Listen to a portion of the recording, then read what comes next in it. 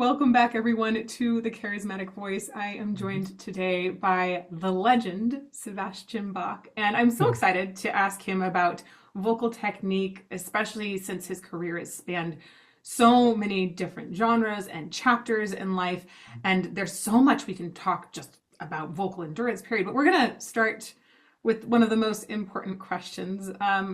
Sebastian, Yes. tea or coffee? Black coffee with no milk, no sugar, just black coffee. Black coffee. Do you think that sugar or milk affect your voice badly? Well, I think it affects my waistline badly.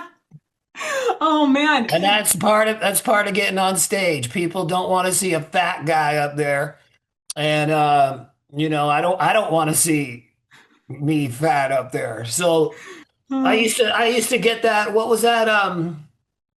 Milk, like the I can't, it's been so long.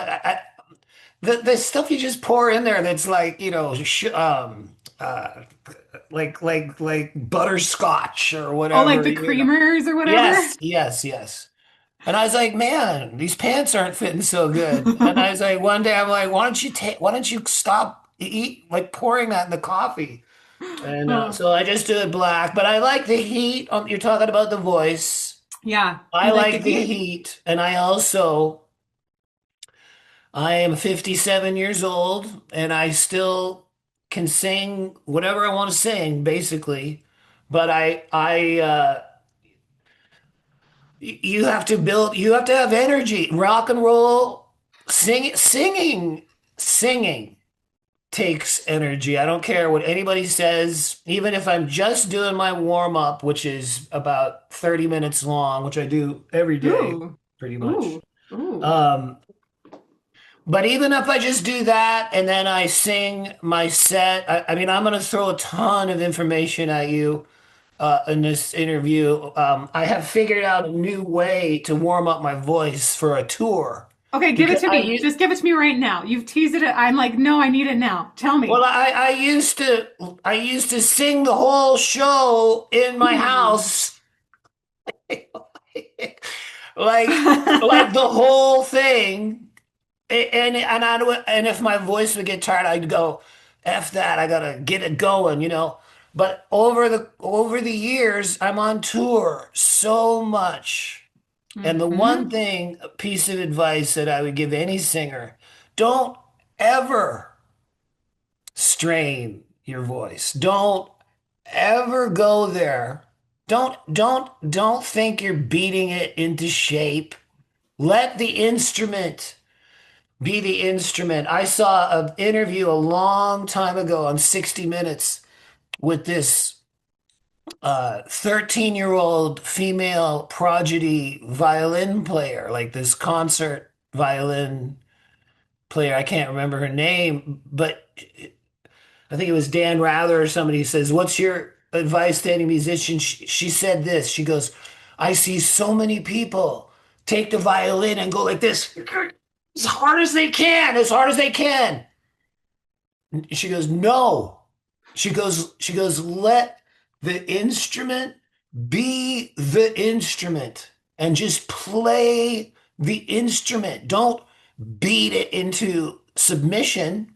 I would tell you that is the exact advice I would give a singer. Don't like, okay, these death metal singers that sing in that guttural way. I can't do that because if I sing too guttural or too dirty, Mm-hmm. then it makes it sometimes impossible to get back to my clean tone. My whole objective as a singer and what I was taught by my vocal coach, who's a guy named Don Lawrence Mm-hmm. out of New York City. I'll tell you more about him in a second. But it's not about volume, it's about tone. It's Ooh. about it's about Ooh, hello. Yes, thank you. Sorry. tone is what cuts through the PA. And I just woke up, but I'll show you. I was like the coffee. That's okay. It's not, it's like, ah! Oh, that's not right. I'm just waking up. It's noon, but there's a brightness you can hear there. The bright tone that my vocal Hmm. coach always would have me strive to get Mm. is the tone. I like that. And right before we hit record, you guys, I we were discussing how uh, when you're performing and you're on a regular performance schedule, even doing an interview in the middle of the day, it's kind of taxing. Like I feel very thankful that you accepted this. Thank you again. But like I remember singing opera, if you've got constant shows in the evening, your Mhm. body gets on this schedule. And so even if we say a midday interview, that would feel to most of you like giving an interview at 7 a.m. Well, I did Jesus Christ Superstar, Yes, you did. and I did in Jekyll and Hyde. I did 6 shows a week because they didn't want Jekyll and Hyde to do 2 shows a day because it was 17 songs in the play It's a for hard Dr. one. Jekyll. Promise you this till the day do you really think that I would ever let you go? Or do you think I'd ever set you free? Ask you, do I'm sad to say, it simply isn't so. I knew I'll never get away from me. All that you are is a face in the mirror. I close my eyes and you disappear. I watch your face when you face in the mirror. Long as you live, I will still be here. All that you are is the end of a nightmare. All that you are is a dying scream. After tonight, I shall end this evil dream. This is not a dream, my friend, and it will never end. This one is the nightmare. Yeah, so Yeah. they said only one a day. So I was doing like I was doing 6 shows a week, Yeah. and I thought that was the most that would be possible for the voice, the human voice. And so then they wanted me to be Jesus Christ in Jesus Christ Superstar, and they wanted me to do 8 shows a week. Yeah, that's like the standard on Broadway is 8 shows, right? Well, It's brutal. Jesus Christ only has like 5 or 6 songs during the play. So much easier than Yeah, Jekyll. Okay. less singing. But Hmm. I still thought it was impossible to do 8 shows a week. There's no So chance for I your go, voice to recover. well, so they had me audition and they wanted me to sing the lead, and I go, okay, well, I can do 6 shows a week. I can't do 8. And they started laughing, and they go, Sebastian, and they wrote something down on paper. They go, here's what we'll pay you for 6 shows a week, and here's what we'll pay you for 8 shows a week. And I go, la la la la la. I go, oh man, the pipes are feeling so delicious right now. You know what? Oh my gosh, I love Maybe I can do 8 shows a week. that.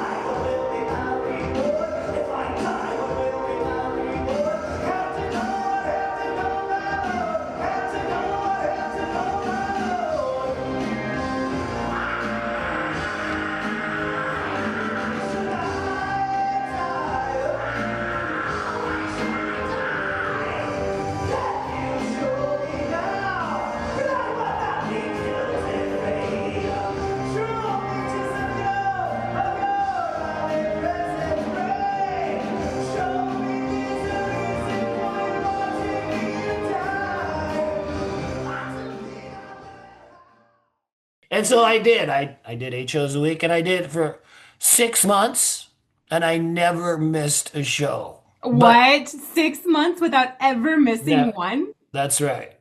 Did you ever But do one while you were sick? Yeah, go ahead. I Sorry. will tell you this, to your point, I almost missed one because of what you just said. When you get your voice ready to sing at 8 p.m. every night or 9, so Mondays are dark. Hmm. Tuesday you do the show, Wednesday, Thursday, Friday. Saturday you do one at 5 p.m. and then you do one at 9. Yeah. Then the killer. Sunday, 1 p.m. matinee, Yep. and then a 5 or 6 p.m. So you do 4 shows on the weekend. And so the Wow. one show I almost missed was the 1 p.m. on a Sunday. I was lying in my bed. It was Philadelphia. And I go, I can't do this. I just can't do this. It was like I had just did 2 shows the day before, and it was like 11 in the morning. And because if I am on stage at 1, as you know, you have to get ready for the show. You don't Oh just wake yeah. up. You have to get in the shower and get your hair and get your makeup and get your costume and get to the venue and eat something. You can't go up there like with nothing. You need some energy.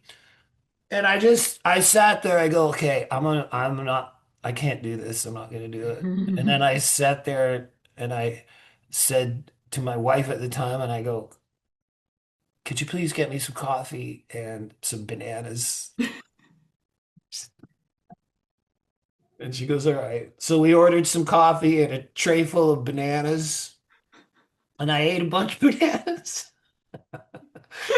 And I drank a bunch of coffee. I go, get out of my way. It's time for the show.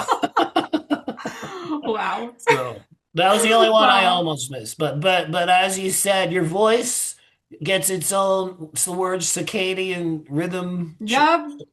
I don't know if The I'm saying circadian that right. rhythm. Yeah, I think that's right. And so definitely like the body, your voice gets used to singing. I mean, I'm a freak, man. If I have 6 shows in 6 days, 9 times out of 10, my best one will be the sixth one. The I, last I, one. I because I don't strain I don't know. I can't reiterate that enough. Like you have to treat your voice, with respect for sure, and your whole body actually, because your singing voice reflects what's going on in your body for sure. Yep. You know? I think that, gosh, when you have especially singers that are really in tune with emoting to the audience, right? We have that vagus nerve that's going through our vocal folds and it's going right by our emotional processing. Often I think it's not even just the physical condition of your body, which is extremely important. Your vocal Yeah. folds are part of your body. They will do anything that your body is doing.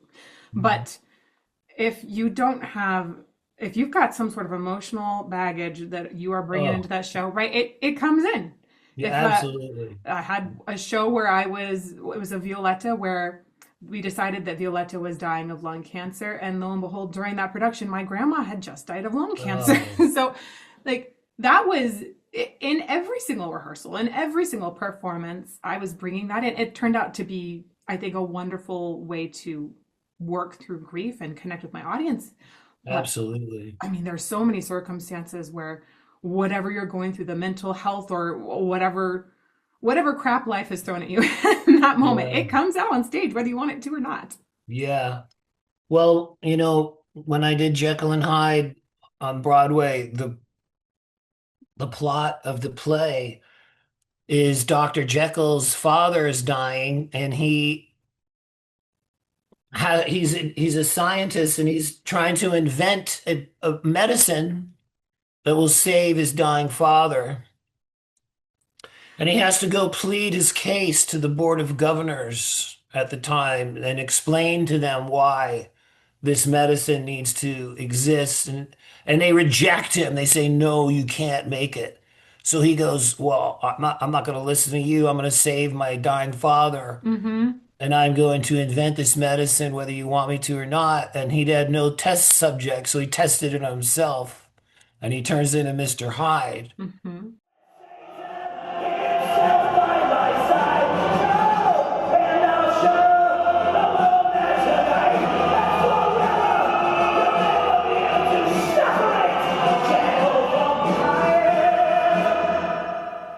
Can't you see?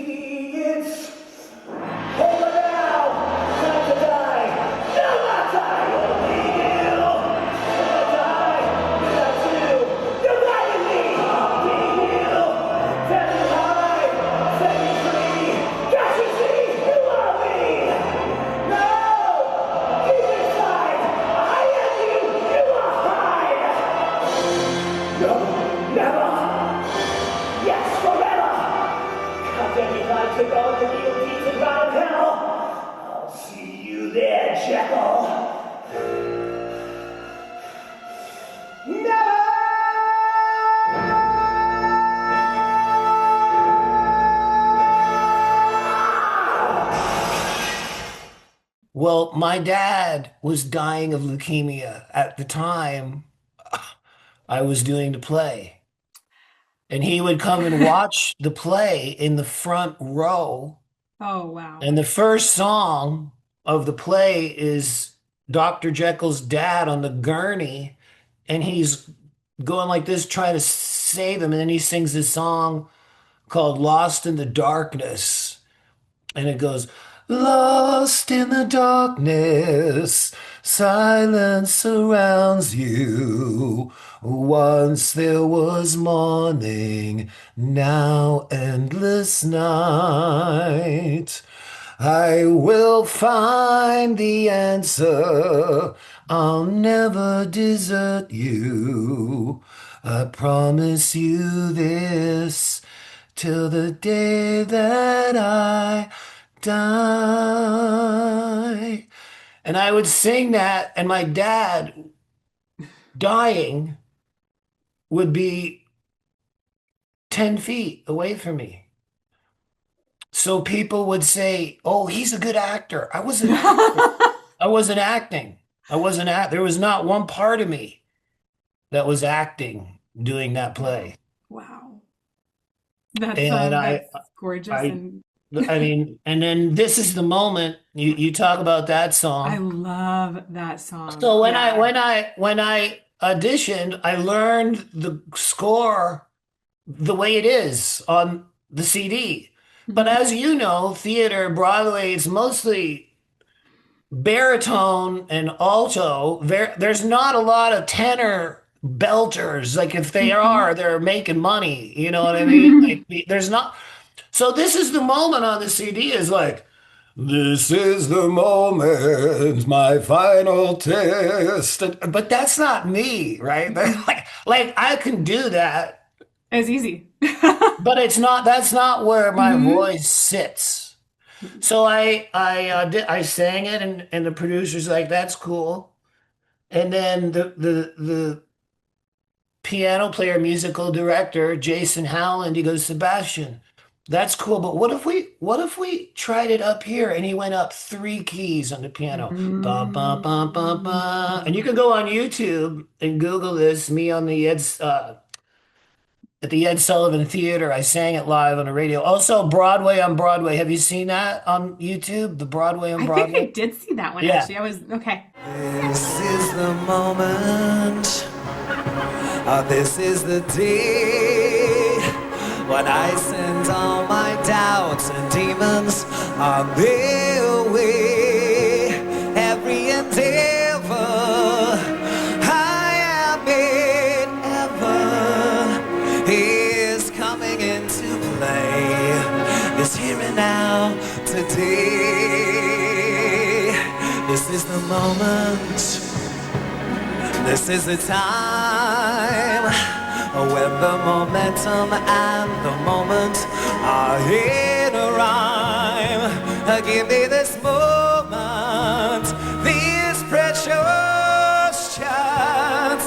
I'll gather up my past and I'll make some sense and list. This is the moment when all I've done, all of that dreaming, scheming, and screaming become one.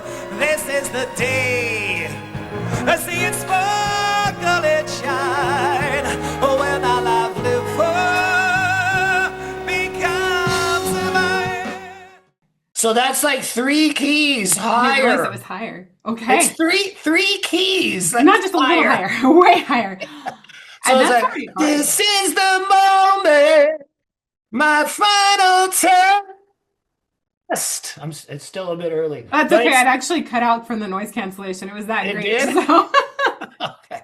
Well, so they transposed a bunch of the songs into play that's awesome. higher, and Okay. it's never been done. They only did that for they didn't. That was the only time they did that. That's interesting, especially because like you want a certain gravity to the character. So I can see why it would generally be written a little bit lower, but it works for you because you have that heft in your sound, but your voice is also just sitting higher in general. That's also what makes you a great rock star. Well, thank you. And then I was in Rocky Horror, and Yeah. they wanted me to be Frankenfurter, Oh, but that was way too low. Sweet transvestite, Transylvania. Aha. That's like as low as that's pretty much as low as I can go. So yeah. I go, I can't, because once I get excited, my voice gets Oh, higher. oh, right. And I don't like know. as the show progresses, does your voice usually sit higher and higher as Well, it's going? as the day progresses, Uh-huh. like if I'm recording a record, I will record the lowest parts as soon as I wake up in the morning. I have done the same thing. You're out of And bed at like 6, the voice sounds so good, right? right? Like it's already starting to get higher. As soon as I wake up, the lows are really resonant, Hmm. and the tone is there for the lows. But as the day goes on, my voice, my pitch, my speaking voice, everything, it just starts to get higher and higher. Yep. I don't know what that is. I have some answers for that actually. Like that's so I think because I did opera and I loved having my opera career, but then sort of switched into YouTube a little bit before COVID and then really I had so many questions about what I was hearing because I didn't I with opera it was all classical and I was immersed in that and I thought this was the highest form of singing, right? Mhm. Naive Elizabeth there. And then I started to hear more rock and then eventually right death growls and like all of the growls and screams. And so that's where our vocal research is hanging out is learning about the structures above the vocal folds that are sometimes used to make those distortions or rough sounds. Mhm. And so I really got heavily into voice science beyond just what a normal opera singer will go Mhm. to. And I love understanding like how one thing in particular affects the voice as you go through the day, hydration. Right? You know, Hydration. and when you first wake up, your hydration is at the lowest. That's right. Right? Look at this. Boom. Boom, water. Oh, I think my water mug is out there where I was Do you know that looking. on a day that I'm singing and on a show day, I drink water the whole day. Like How much? I'll go to a restaurant and I'll go, "Can I have a pitcher of water?" They go, "We'll bring you 2 cups." I go, "No, no, no, no, no. I'll drink the whole The pitcher whole picture. myself right here." Yeah. Because the more water I drink, the better my voice sounds. Okay, so how exactly would you qualify? Like, if you haven't had much water, what goes wrong in the voice? Well, I wouldn't know. I drink water. I drink water when I'm singing like the whole time.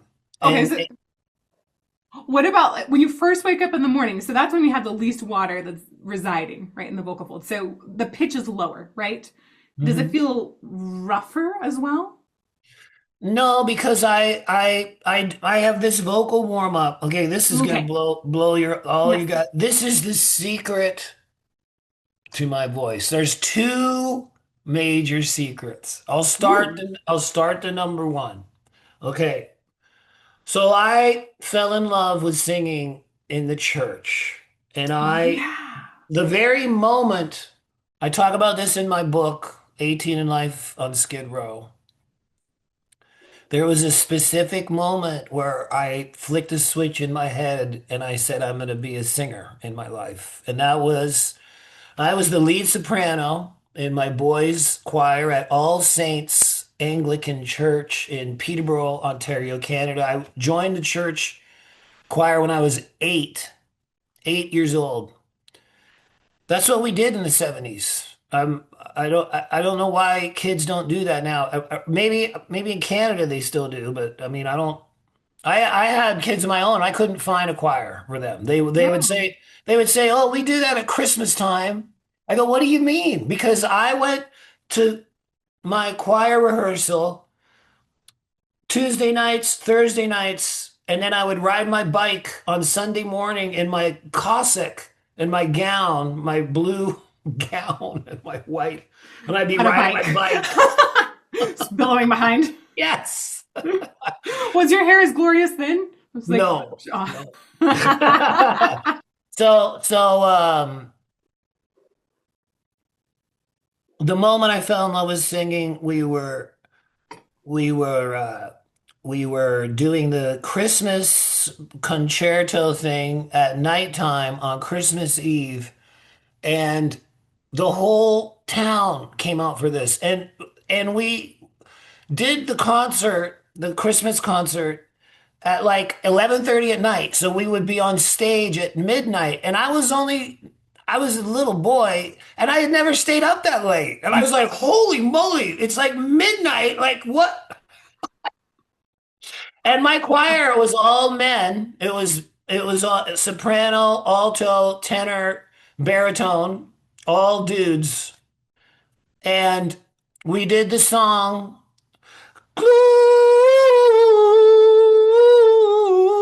Angels we've heard on high. Gloria in excelsis Deo. And we did that song, and the sopranos did this harmony on top of that Oh. that was like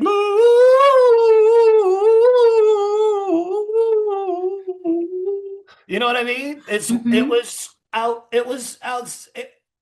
was like we took flight or something. I Hmm. remember singing this part and looking around and just the feeling of singing that was, and then I looked out and the whole town was there singing with us. And out the windows outside the church were all, it was snow. It was a snowstorm. There was like 3 feet of Ooh. snow. And I go, okay, I'm going to do this for the rest of my life. I'm going to sing. This is what I'm going to do. I At made, 8. right at that moment when we hit that high, ridiculous soprano, little boy soprano harmony, I go, that's it. I go, that's what we're doing. And so guess what I did? Then I went to a all boys private school where I kept singing. I loved singing since Hmm. I was a little boy. And then I felt when I was like 12 that I felt my voice changing from the high Oh. soprano. And I got like anxiety. I go, no, no, no, no, no, no. I'm not gonna be like Peter Brady in the Brady Bunch. 'Cause it's time to change, you got to rearrange. I go, no, no, no, no, that not this guy. No, Oh. I'm not doing that. So do you know what I did? I swear I did this. For like 3 weeks, I felt my voice changing, getting lower, hitting puberty and all that. Hmm. So what I did, what a psycho, every day after school, I locked myself in my room and I put on records of the highest male vocals that I could find. Rush, Oh. The Police, Sting, anything super high. Rob Halford, Judas Priest. There you No, go. no, nobody sings higher than that. Right? So I sang along to these high records the weeks that my voice was changing, and I didn't let my voice change. I didn't let it. I'm not You I didn't change the high wall. Did you get more lows in but kept I your just highs? didn't let go of those Nice. high notes. I said no. I kept practicing every day when I felt that happening. I go, I'm not, no, I'm not doing it. I'm not letting you do that. I've seen Because like that was my two. personality. Yeah, I've Yeah. heard two sides like pedagogically about what to do when a boy's voice is changing. Some people say just stop singing, like don't, because you can push it and do things with it that are bad. And then I hear tons of cases actually where a professional singer is usually I've heard of cases where it's a boy soprano that works with a coach through it Yeah. and like essentially keeps the falsetto and finds a way to like trinkle it down into the lowers so that there's it you can establish a way to bridge that gap even during that time. I've not personally worked with a boy through that transition. I've worked with many before or after it, but if you work really, really closely, I think there is a way to do it like what you did. I'm Well, persuaded. Hmm. if you listen to my screams on the first Skid Row record or my new record, Child Within the Man, Look at you. the notes I'm hitting they're not like adult notes. They're higher than that. They're not adult notes, they are little boy notes. That's right. Sung by an adult. Like for real. I love For it. real. And so the other secret I have, there's another secret. Mm. Okay, yes, please. When I'm I full of joined secrets. when I joined Skid Row in 1987, I believe it was, yes, early 87. Hmm. So John Bon Jovi was helping out the band, and he sent me to his personal vocal coach, a man by the name of Don Lawrence, whose father was a vocal coach. His grandfather used to teach Lionel Barrymore on Broadway in the 20s. So this family, the Lawrences, are a family of vocal coaches going back to the earliest days of Broadway, which his Hmm. grandpa used to teach in the early 20s. So Yes. this style is bel canto, Boom. bel canto. And it's all about, he would have me in there, and it's all about tone and singing as bright as you can. So you start out ha ha ha ha ha ha ha. Hmm. That ha, that Ethel Merman. Oh my gosh. I just joking around. But that bright tone is what he makes you do. And so what he also made us do, this is in 1987, he would make us record our lessons on cassette. Oh yeah. Uh-huh. And it was $100 an hour in 87. I had to get Oh. advances from Bon Jovi to even do this, or my dad. My dad would pay for it. So he would make us record every lesson. So I had all these tapes of these lessons that I did when I was 19 years old Hmm. and 20, or not, somewhere around there. And so when digitizing came out in the mid 90s, the very first thing I did was I digitized all of my vocal lessons, me singing with Dawn when I was 19, 20. So then I made a compilation of the best vocal lessons that really get my voice going, the right exercises. And Yes. I made like a half hour tape back in 94 that I still sing to every day and every show, every single time that I sing, I go and I sing along to this vocal lesson that I did when I was 19 years old. So I'm 57. I've never stopped doing it. Hmm. And I'll do it right after this interview. Hmm. And in effect, I'm keeping my voice where it was when I was 19. I'm doing the same exact lesson, and I'm not changing it at all. And so every day, to be a good musician, you have to play every day properly, I think, without straining or anything. Hmm.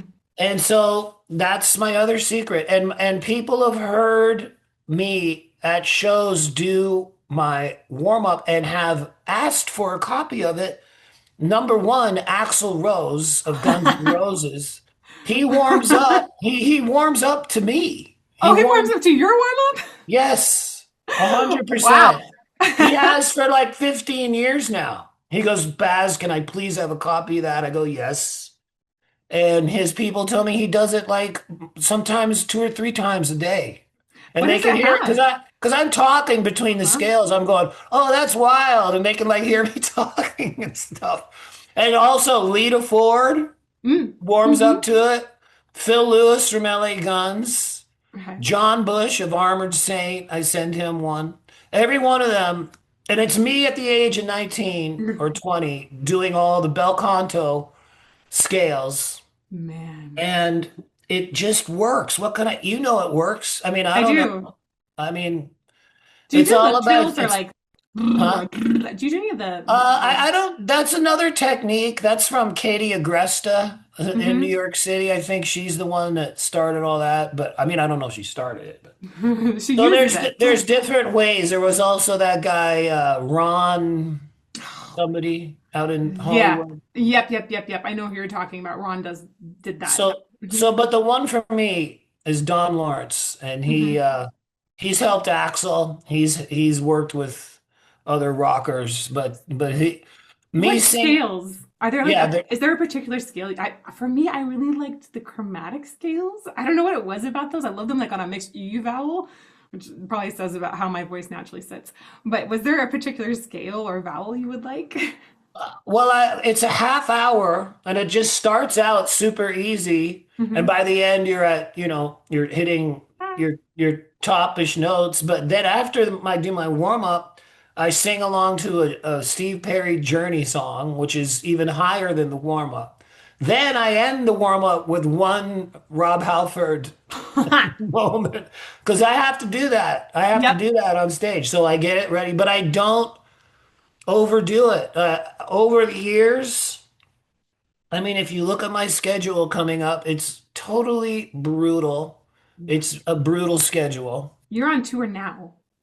Well, yeah, but what Yeah. you were talking about before, we're getting on the bus. Like we're doing fly out gigs now. But Got it. what you're talking about is a bus tour with opening band Stitched Up Heart. Thank you very Oh, much. It'd be cool. cool. And so what I do at my age is I pretty much mentally circle the show time. What is it, 9? And so I'll circle that, and whatever's within that circumference, that's when I'm going to be using my voice that day. So I'm not doing a sound check at 2 p.m. I'm not even doing it at 3 p.m. I do my sound check right before the doors, which is usually at 6:37. That's when I start getting my voice going. And I don't belt it out in the sound check. I just check to make sure everything's working properly. And I sing a song or two, but then I do my vocal warm up from when I was 19 years old. And I've been instructed by Dawn over 40 years to, if I'm singing at 9, I do the warm up at 8. And then the warm up is a half hour. And then after I'm done, then I change into my stage clothes, drink water, just talk, hang out, let the voice get the brightness going. And I've hmm also found over the years that Ricola and Fisherman's Friend, all that stuff is great, man. I think it's great. I used to, say I don't need that stuff, but like in the morning, day of a show, I'll start sucking on those Ricolas, and it's Right. Ricola. I love No, the but commercials. that all helps hydrate the voice. Yeah. There's also these things called what are they called? The vocal mister, but it's also you can get them at Target. Are you using like the nebulizer or the Yes, spray? The that's the nebulizer. nebulizer. They're Those great. have so much good research behind them. I use it all the time. Uh-huh. So yeah, they I love work. those. They work. I'll even use it on stage right before I sing 18 in Life.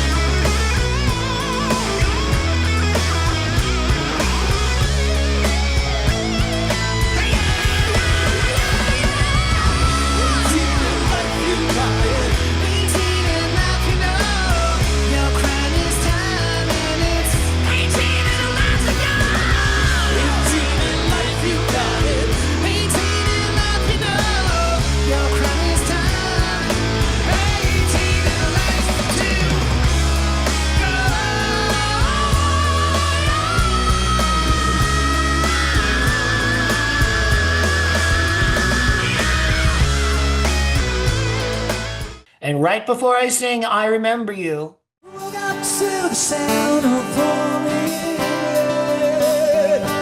Watch the wacky hour dream of you. But nothing else could ever take you away. That's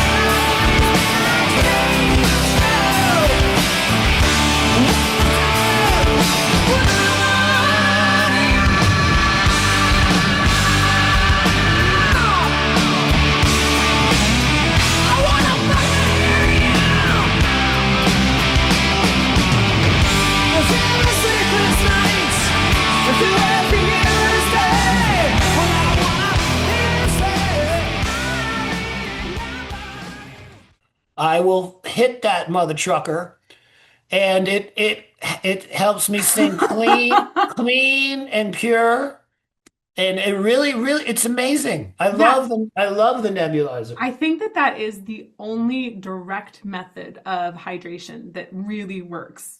Because you can, like, I guess the particles are small enough, like it's almost like an This, inhaler, right? But yeah, they're small enough that it really can be absorbed. There's so many people think, oh, if I drink some hot water, that's gonna make my voice instantly hydrated. And you're like, no, that's the wrong tube. yeah, Like, that's the wrong tube, right? And I hit the nebulizer, and then I mhm, sing with the salt water in my voice, mhm, and I'm like, oh, I'm ready. right, right. Getting ready to Oh, do this. do you neti pot? Do you do the sinus No, rinse? I don't do that. I mean, knock on wood. I don't. I shouldn't even say this. I don't get sick. Like I Oh, well, have. 6 months. Well, I had something in my brain that didn't know that was an option. I didn't. The show must go on for me. Mm-hmm. That's the way I'm Yeah, built. I'm not. I don't fly to Japan and then say, "Oh, I can't do this." That's not how I am. yeah. If That's I'm super fortunate too. Like that I think some people have genetics or whatever it is that you just don't get sick very often, and that's really, really helpful for singers, especially well, touring singers. I put myself in the fans' shoes of buying a ticket months and months in Yeah. advance, and I please don't cancel the show. Like, gosh, like that to me, that's a tragedy. That's it's not sad. an option for me. Like, knock on Hmm. wood. I feel like I'm jinxing myself. But Well, it's totally true. Like I think if a vocalist is sick and they need to cancel, I want to support them in that, which is like one of the things I like to have as a mission in general, right? Because I've talked with people who did the show anyway and then ruined their voice. well, They spent years trying to get back. my advice to those people, like if you build up your tone Hmm. day after day after day after day, you can do it while you're sick. If you don't, the whole when you say blow out your voice, destroy your voice, but that's when you go too hard. That's when you That's go. true. If you don't, I mean, not go. You don't blow out your voice singing properly, not going to that. Like it's all about placement, right? Like in my vocal lesson, he goes, it's not a matter of attacking it harder. It's a matter of changing the placement It's in your on your palette right here, right? It's not yeah. and I'll tell you this Mhm. right now. All the high screams I do, I hit them more accurately pitch wise if I don't go as hard as I can. Like if I just hit the note, dude. Like I'm just saying, if you're a singer and you're having problems hitting a certain note, just back off a little bit, I would say. I would, just don't try to be the loudest singer in the world. Let the sound man worry about how loud you are. Like, just deliver the melody, deliver the notes, deliver the melody of the song, no I matter how hard it is. That's very similar to, I mean, you're coming from the bel canto background that so many opera teachers say, like, don't go above 80%. Just don't do it. Some say don't go Yeah. above 50%. Right, right. Hmm. Well, one thing I heard, I did when I did Jesus Christ Superstar, I did it with Carl Anderson, who was the Judas in the movie from Oh, 1972. He was gotcha. my Judas, and he was one of the most soulful, powerful, incredibly gifted vocalists that I've ever worked with or ever heard. And you can Hmm. watch the movie, he's unbelievable. Hmm. And he told me something during the rehearsals when I'm up there just trying to, wow, like Gethsemane, all those high screams and everything. And Yeah, that reels. he goes, Sebastian. I go, yeah. He goes, always save some for tomorrow. I go, okay, because in rock and roll, it's a fine line between giving everything you got and blowing it out. All right. Yep. Yep, So that. always save some for tomorrow, vocalist. I think that's such a great rule to live by. Yeah. I want to circle back to a couple of things we've talked about, kind of like almost like chronologically. You were talking about singing in church choir and Yeah. growing up in the church. I I also grew up in lots of different church choirs. My grandfather was a Southern Baptist minister, and my Wow. mom was also involved in church choir. So yeah, I get that a lot. But there's also so many different styles of singing that can happen in church. Um, Yeah. would how would you qualify the style of singing that was happening in church at that time? Well, I mean, I was singing psalms that were one note, like 9 pages, like Requiem in aeternat Jose Jesu Domine nostrum. Like Hmm. what is that? And doing that for like 25 minutes, Almost like like chant. the Hmm. same note. At Hmm. the age of 8, what kid is doing that? Like in Latin, in Yeah, Latin. in So Latin. I don't see that happening too much in the playground these No, days. right? But definitely not the gospel side of things then, right? Well, the other songs I sang in a choir were like Land of Hope and Glory. Hmm. Land of Hope and Glory, marching as to war. That Like one. you were in the hymnal essentially, right? The what? You were singing songs that were in the hymnal sometimes, right? Hymnal? Hymnal? Hymnal. The hymnal, the like the book you actually did you ever read music with it or were you just taught the notes? Uh, we had a big red choir book, and then we had a psalm book, which That. was blue. The Hmm. blue long psalm book that was different than the Yep. choir book. The choir book was red and thick. I don't know. Hmm. And I you never heard actually that word that you said. I never a heard that word. hymnal, HYMN. I've never heard that Oh, word. hymns. Hmm. That's probably just like divisions of religion and what they Well, call you the got to various remember, my songbooks. choir was in Canada, so we had some words that you guys have never heard of. But songbooks, so you were reading off like a musical sheet that you saw notation, right? Yes, Yeah. yes. Well, I wasn't really following the notation, but it was there. I Yeah. mean, I just sang the songs. But That's my so favorite interesting. one that I did, um, and I did it solo at my school, Lakefield College School. The choir director, Mr. Thompson, was his name. He wanted me to sing by myself in front of the whole school, and I Oh. was so nervous. I was about 11, and the song he wanted me to sing was Once in Royal David City. Do you know that one? Once in royal David City stood the lonely cattle shed, where a mother laid her baby. You remember I that do. I one? remember that one now. Yeah, I'm like, oh, that's And really familiar. that song is gorgeous, and I sang Hmm. it totally by myself with nobody else, just me in front of the whole school, and I was so nervous. But that was a great memory for me as a child, and I always have wanted to make a Christmas record, which I've never done, and I'm going to do it, but it's not going to be like Jingle Bells. It's not going to be like that. It's going to be like all the choir songs that I sang as a child Oh. in the same key. That's what I'm going to do. I'm going to do it. I love that. And I know exactly the songs I want to do. It's going to be a traditional arrangement musically. It's not going to be electric guitars and all that. I'm not interested in it. Ooh. I want to make a real traditional Christmas record, and I will someday. Did you ever do the Alfred Burt Christmas carols? What songs are those? Gosh, Some Children See Him, I think is one of them.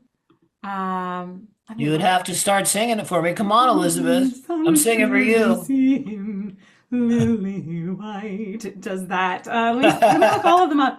Alfred Burt carols.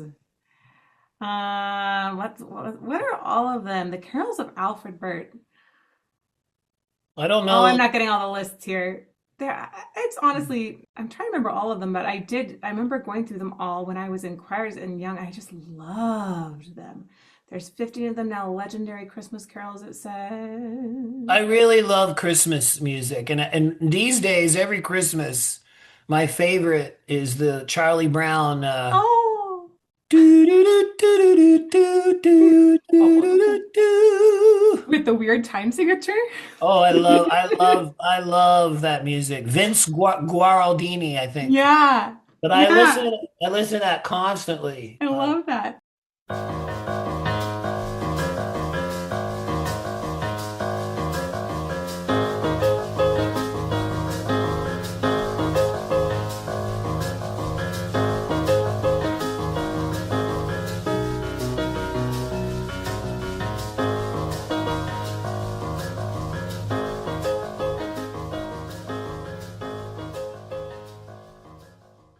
Yeah, Okay.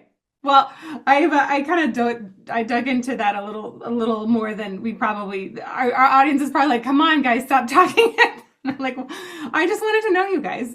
I had a fun question here though for you because I saw your dad was an artist, right? yeah. He did Visual all artist. this. He did all of this. Look at that. Wait, is that the album cover? Yes. My new album, Child Within the Man. Well, it's not new now, but it's my newest album cover. Look at that. That's That's cool. cool. That is Um, amazing. What does and it my, feel like?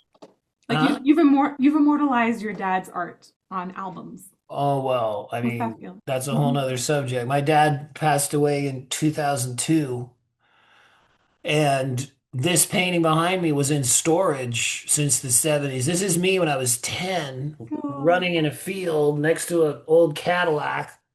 And then this is me on stage at Giant Stadium in Skid Row in 89. wow. And there's a line in the first song on the record, which is called Everybody Bleeds, and the line is the child within the man.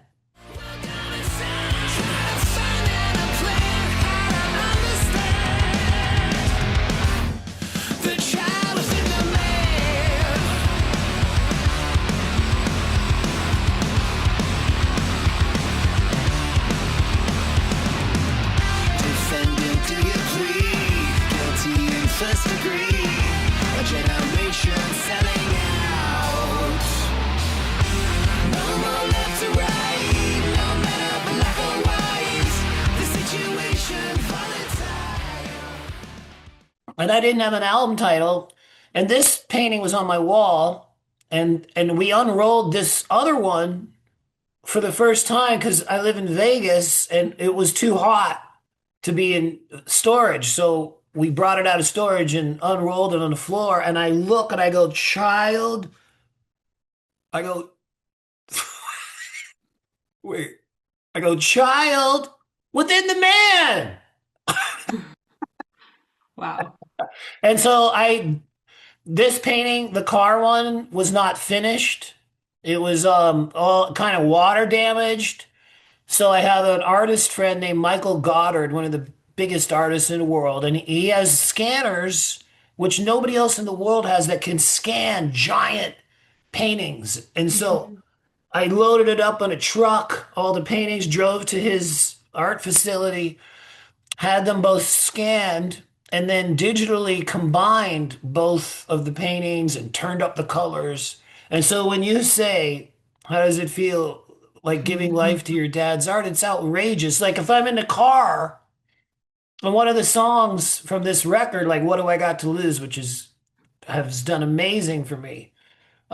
When that comes on Sirius XM, this artwork is on the display of the car, and I just think of my dad up in heaven going, "Right on! Like, look at that!" Like, I'm like, "Look at that! There's your art on the car display on CarPlay. What do you think of that?" It's little things like that. Oh, I love that. He would love that, that his art's in everybody's car driving around America. He would love it. Oh my gosh, that's so wonderful and sweet. Like it makes me teary-eyed because I saw both of my parents and I'm terrified of when I Oh, die. you lost Bo. I'm very sorry to hear that. No, I still have Oh, them, you and I'm have them. terrified of Oh, when like that. I have not had to go through loss. Um, it's not fun. It's it's the yeah, worst. It's the worst. yeah, I can't imagine. I know whenever it happens, it'll be extremely, extremely hard. But Well, the only thing that'll get you through that is music. That's it. That's the only thing. Like there's certain songs that I can't even listen to anymore because of my dad that I'll cry. Like number one is Imagine by John Lennon. If that comes on the radio, I got to turn the channel unless I'm ready to cry because I will. Sometimes I don't feel like crying. Mhm. And you said he died of leukemia, right? Yeah. Is that so? I know you've done a lot of benefit concerts, and a lot have been targeted toward cancer. There was one even a Ronnie James Dio benefit concert that I saw for ending cancer as well. Mhm. Is that something that you continue? Like if there's a benefit that's supporting cancer research or in some way, um, is that one where you're like, yeah, I'm gonna show Well, up? sure. Anything giving back is cool, and I wish I knew how to do more of that. I don't know really. I mean, if somebody asks me to do something, I'll do it, but I don't really know how to start, some foundation or, maybe as I get older, I'll figure it I was gonna say, I bet you could do it. I think you'll do it. If out. I Well, messaged you looking at two my years from now. schedule, I'm pretty much booked this whole year now. So I mean, maybe Yeah, well, you're gonna keep doing what you're doing for a while, but if at some point you yes. decide, oh, I'm gonna, Rock and roll always reinvents itself and goes through changes, and right now the public has such a hunger for live shows, and I can mm, only deduce that it's because of we spend so much time staring at our phones and our computer screens that going to a live show is something that is so primal mm, that's in everybody's soul that goes back to the cavemen like around the fire like beating the drum bum, bum, bum, bum, bum. That's me. I'm the guy beating the drum. You guys are going around in a circle. but you're Like, what do singing you, too, right? You're like it's beating the a drum and singing at the same it's a time. mosh pit Mhm. like in cavemen days. It totally, what do they call it? Like the ring of death or something when they get it going at a metal concert? Yeah, did they do that in opera? No, people actually have assigned seats. That's right, same as Broadway. Right? I have to say it feels a little weird to me to go to a live show and be standing there with everyone. I've been on the other side and watched like as I was getting into metal, I went to an early metal festival, Bloodstock over in the UK at one point and just I played watched that. from the did you play that? Like Mhm. I actually love that festival so much. Yeah. But I got to see it from like just past the grates in the front and I was like, these people are crazy. Well, The crowd surfing and oh my gosh, it looks so dangerous, but then everybody actually is really like fluffy and sweet at metal festivals. metal music has a life of its own, and the thing Yeah. when you said metal is fluffy, I don't really know what you mean, but the Like thing is, so huggable. yeah, People, well, uh-huh. when you're at a metal show, it's kind of understood that you're all together, like the Yep. fans. You're all one. The Kiss Army is a real thing from Mhm. when we were kids, and I was a proud paying Look member. at you. I'm Oh, so, there it is. sorry for my background. I don't know what the hell's going on. Oh, it's like coming in and out. Some. Oh, there we go. I saw it for a moment. It's there. I swear it's there. I can't figure out who to. I was like, is this part of a person? I don't know That's what's okay. going No on. worries. I like having your background with your dad's art. I think that's really important. Well, this is my new record. And if you like, songs like I Remember You, which I know on your channel is Yes. very big, and it's a classic vocal performance, I would love it if you would listen to the song Hold On to the Dream off the new Write that record. down. It starts with a vocal that I'm very proud of in the style of I Remember You, but then it changes into a very heavy song, and it has some of my favorite vocals I've ever done. And it's Wow. it's kind of like yacht rock meets heavy metal.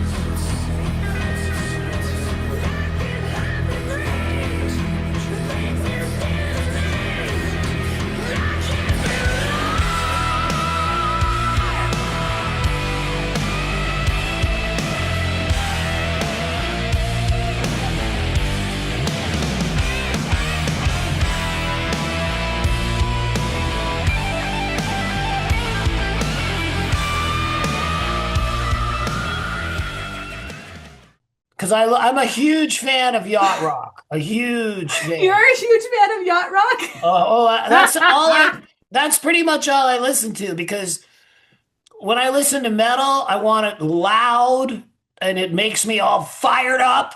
And Hmm. I don't really need to be fired up any more than I am. Like I'm pretty fired up as it is. And I also, the older I get, I don't like it too loud. I don't. I do not. I want to hear the notes of the song. I want to hear it loud, but not to the point where I can't tell what song it is or what the pitch is of the notes. Yes, okay, we need to talk about that because this is my biggest complaint in going to concerts in the last 5 years. If I like not my classical or musical theater things, when I'm going to rock or metal concerts, it drives me crazy how loud they get. No, I lose the clarity. I can't enjoy the music as much. I don't want it quiet, but I want to be able to hear the notes. And Yes. as a singer, if the bass guitar is too loud or the subwoofers Yep. underneath the stage are too loud, I'm probably going to sing out of key because if the bass is too loud, it makes me not know what the pitch of the song is. Bass players can get mad at me, but that's why people use tapes. Well, I don't use tapes. I'm a Hmm. real singer. I get up there and I sing every single night. There's no background vocals on tape. There's nothing on tape. Nice. So the bass, everything has to be at a comfortable volume in order for me to sing in pitch. When you have your lead vocal mic cranked up so you can sing at the proper volume, which is speech level speaking, the way I can sing these screams is that Don Lawrence taught me about speech level singing. You know, Yep. a lot of so what it is that I deliver the melody at a almost speech level, but then I have the breath and the power to hit these really high, big notes. But if I was belting it out the whole time before that, I might be running out of gas by the good Hmm. part. And so, a lot of guys will come up drunk and they'll be like, I can sing Youth Go Wild. And they'll be like yelling. I'm not going to do it because I'm not going there. But it's like, since I was born, they couldn't hold me down. But I'm not even standing up. That's the Hmm. that's the key of it. I sing it. That's how I do it on the record too. And I double it and I make it sound not like I'm yelling at you. I'm not shouting at you. I'm singing to you. Since I was born, they couldn't hold me down. Another misfit kid, another burned out town. I never played by the rules and I never really cared. My nasty reputation takes me everywhere. Well, now look and see, it's not only me. So many others have stood where I stand. We are the young, raise your hands.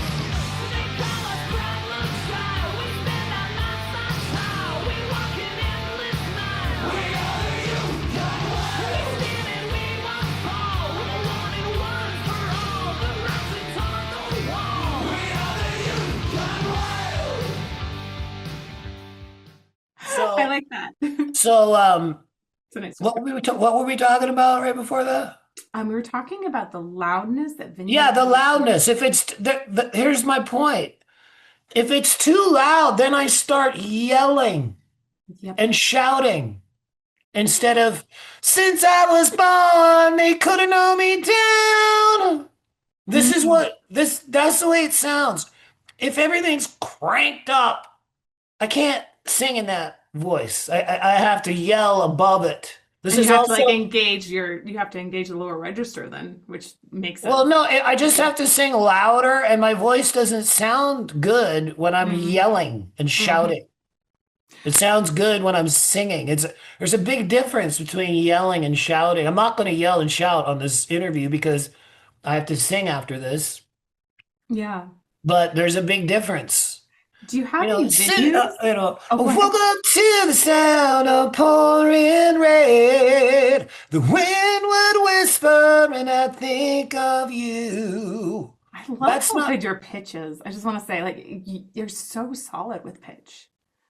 well, this is speech level singing, and Mm-hmm. people don't understand. This is how you go on the road for 91 cities, which is what we did last year. Yeah. And if you don't know how to do that, you're not doing 91 cities. You're just not. Like, good luck.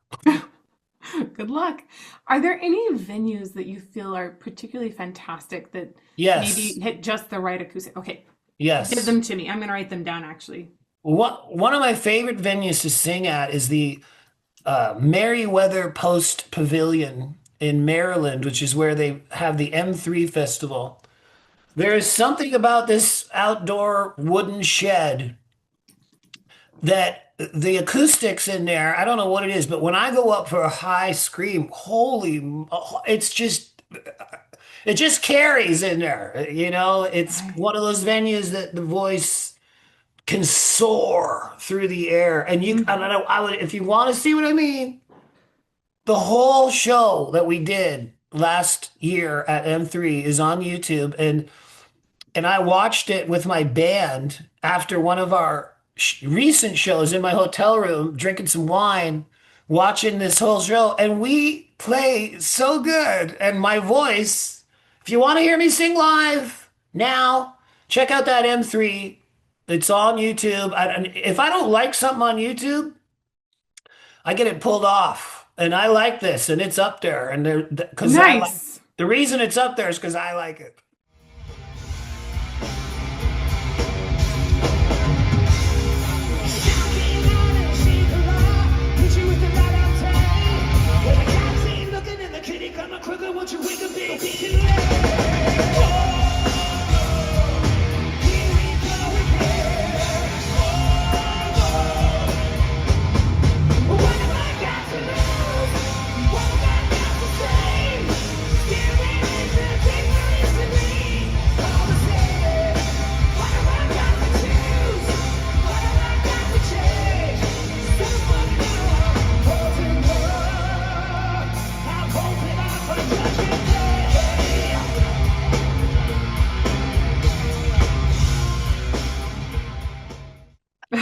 I do really love that.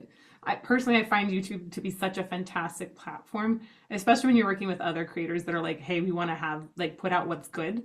Um, Mhm. they're so respectful. Like there are ways to, if there's something you don't like, there's ways to really combat that. I love that you're able to pull off the things you don't like and leave up the things you love. Well, there you can find like yourself in sticky, unfortunate situations. Like we played a gig in Orlando recently, and we didn't have the right soundboard, Oh, and it was one of these shows that was so loud that me and my bass player who helps me sing, Fede, I gotta talk about him in a second. But mm-hmm. he so it was one of those gigs where I was just talking about where it was so loud that we're like shouting and yelling a little too much. So I had it pulled down. I didn't want it on YouTube. I only want stuff that's good on there. And so they took away this guy's channel, and he's emailing me like he's one of my biggest fans. I don't want to like I don't Oh, want to I don't want people to lose their channel, but the fans got to understand yeah. if they come to a show and film the whole show, maybe the artist doesn't want the whole show on YouTube. They don't have You permission have to to put it up. understand Mhm. if it sounds good, yeah, leave it up. But if it's bad sound or it looks terrible, we're not going to leave it up there. So I'm sorry, but that's just it's just the No, way it is. I I don't especially want kind to I of don't want to be the bad guy like taking away people's channels, but the fans got to understand. Don't come to the show and film the whole show and post the whole show. no, don't do it. Like Don't do it. pick some cool moments, like. But you know what I mean? Like, Yes. With opera things, like most of what I perform in opera is not anywhere because it's you cannot get permission from every single person in the orchestra and right, every single person in the cast to post that up there. right. It's like, Broadway's the same. There's nothing from my New York run on Broadway on YouTube. I have it though. I have it. ah, look at you. Good. Good. I It'll love come out someday. someday you're like, there will be a copyright expiration. Well, if somebody makes me mad, I can put it out right now. Amazing. Amazing. Well, okay, so I wanted to actually ask about what makes a good colleague, and that maybe will go into your awesome Oh, bass player. wow. Oh, Mhm. wow. Well, I Or mean, some other things. my whole new band is amazing. They're my great friends on guitar. I got Bruiser Brody. My son Paris plays drums for me now, which is great because I missed out on so much of his childhood that as a dad, because I wasn't there. Now he's with me all the time. So we get to go to dinner together and be in the airport together and like do boring things together. That's But that's what a father and son should be what you doing. want. He Yeah, you helps want me special moments. carry my shit through the airport and anyways. So that's but leading up to colleagues, I have a bass player. His name is Fede Delfino, and his voice is outstanding. And if you watch this M3 show I told you about, you can hear him sing. And for the first time in my career, I'm in a band with somebody that can sing like Sebastian Bach. He's a very talented individual. Wow. No, what I mean by that, when I had other bass players that wouldn't help me sing, be just me up there for 2 hours trying as hard as I can. But like, okay, a song like I Remember You, that was not recorded in one take. That's like picking the best takes. It's called a comp. I don't want to blow everybody's mind, but that's me singing that song 5 times. And then the producer, Michael Wagner, going through with a piece of paper and circling the best lines, Yep. making a composite vocal track. Then I go in and I double and harmonize to that track. That's what everybody does. I didn't invent this. So you're hearing the best of the best. Hmm. So maybe some of the choruses, remember yesterday, click. Okay, walking hand in hand. Click. Love letters in the sand. You're allowed to do that. Yep. You're You're allowed to do that. encouraged to do that, But right? we didn't know it was going to be this big song. We're just in the studio messing around, you know. Mm. So Fede helps me sing like now he'll sing a line, I'll sing a line, but it gives my Oh, voice a chance to not nice. to keep the bright, clean tone and not go into a place of being guttural. And it gives me a breath before these giant screams, which, as I said before, if I'm singing the whole lines up to there, I might not hit it right. Yep. But with Fede up there, he'll sing the line right before I go. You know?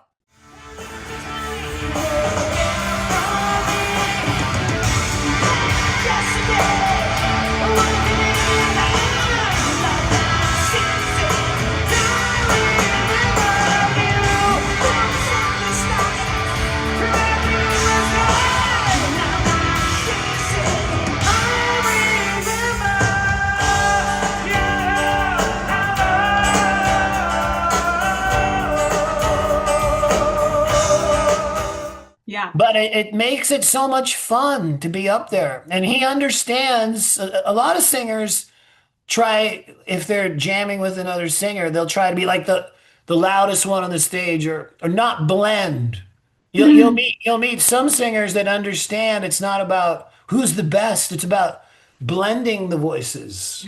You know what I mean? Like Yeah. singing at the same level and making the harmony sound like one voice, you know what I mean? Not trying to outsing the other guy.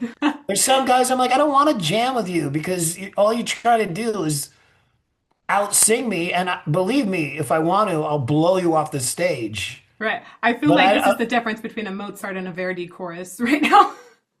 well, Fede and I sing together harmonies. There's a song called Future of Youth on the new record, and the chorus is very all harmonies. And I look forward to that during the Hmm. show. I love singing with him. It reminds me of being in the church choir where we're all blending and harmonizing.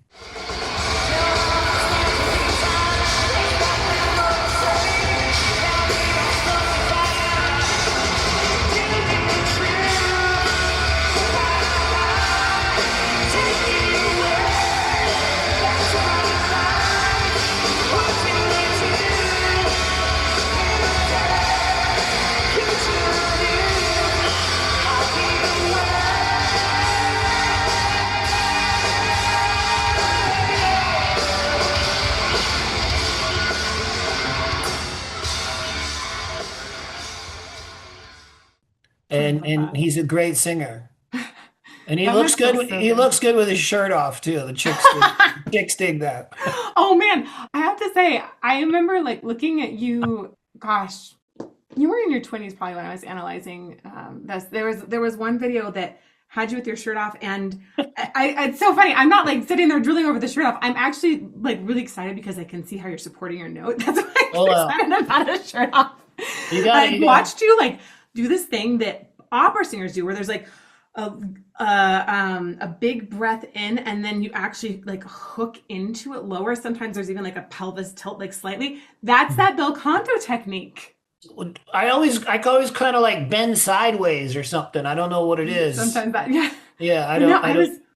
it was so cool to see. Like, it was as if I could see the hookup go all the way down to your pelvic floor. It was just amazing. Well, I engage my whole core big time when I'm hitting them screams. Like I get in these positions where I can push as hard as I can. You know, the thing is on the road, like the more I sing clean, the stronger my voice gets. The more I Mm. sing dirty, the more problems I'm gonna have. And I do sing dirty. I don't, but Oh no, I I hear.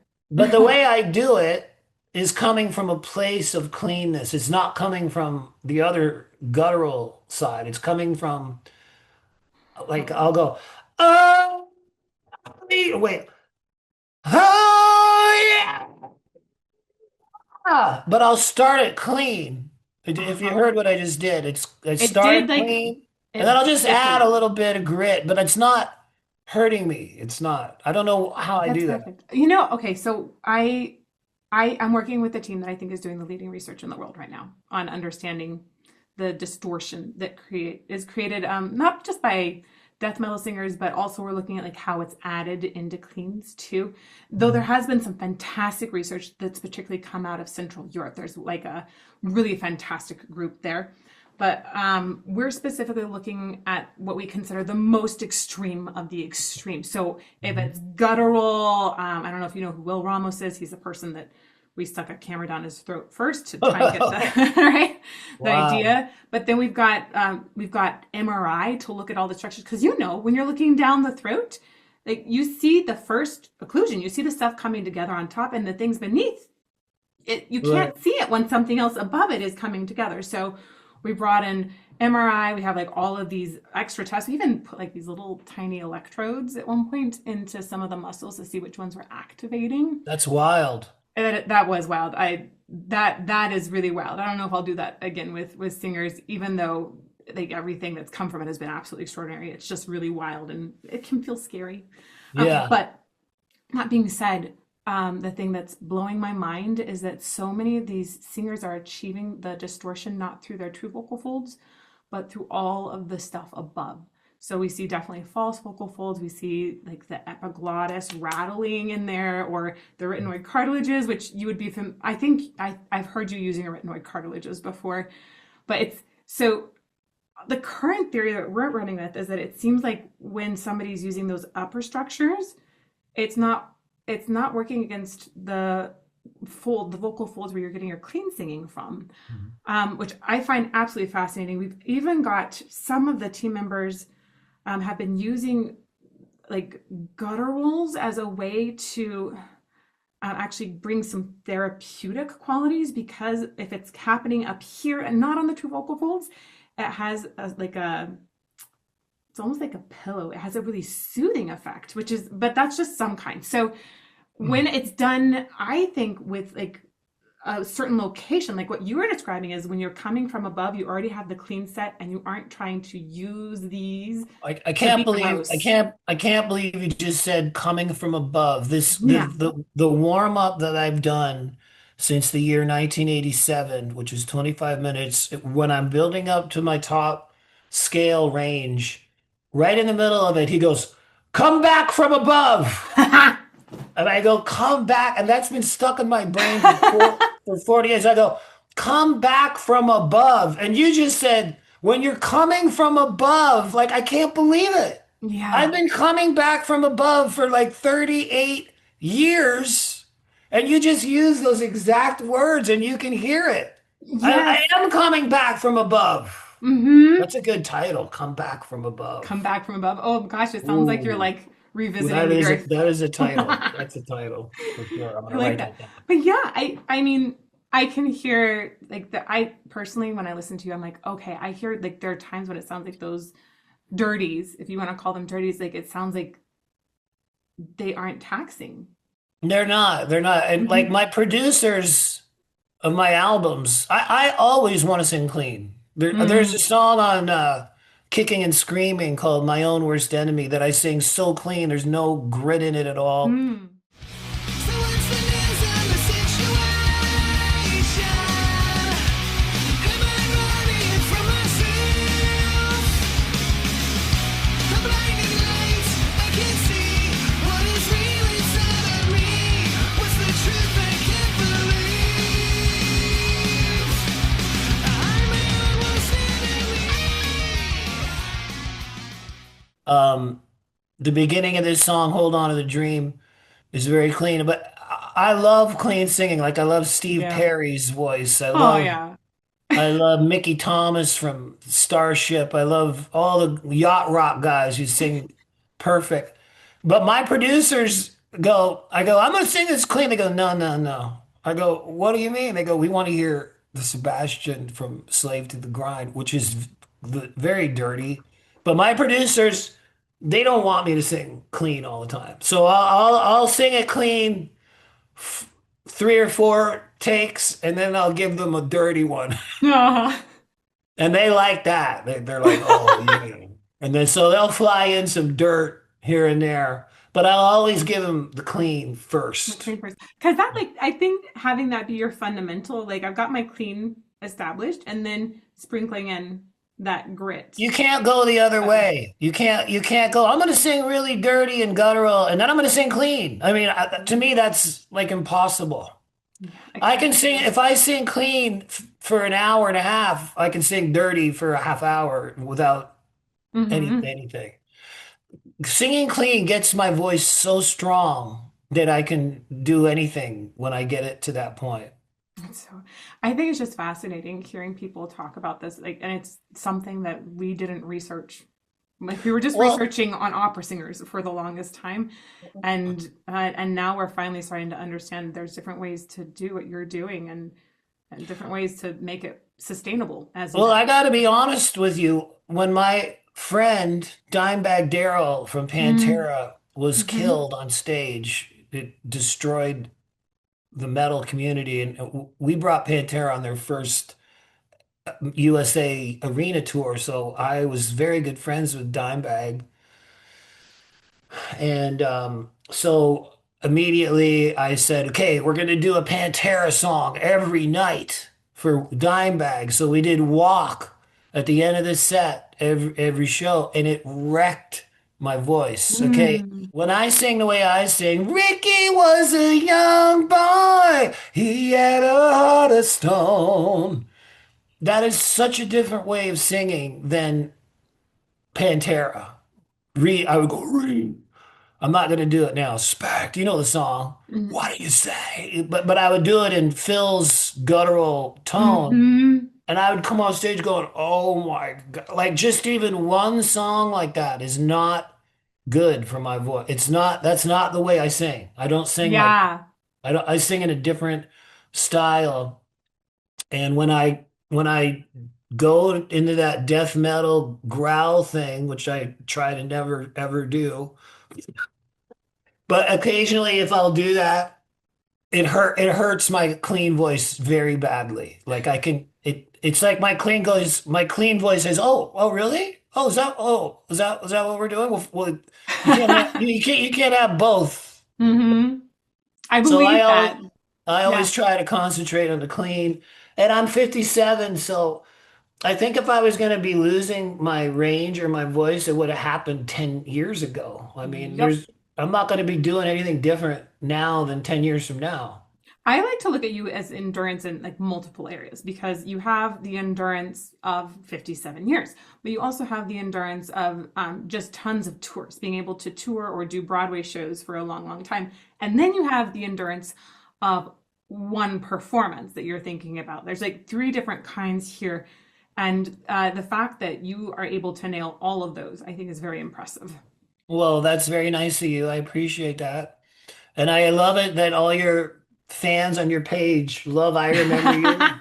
Yes, they But do. that's not the only song I got. I'm telling you, if you Right.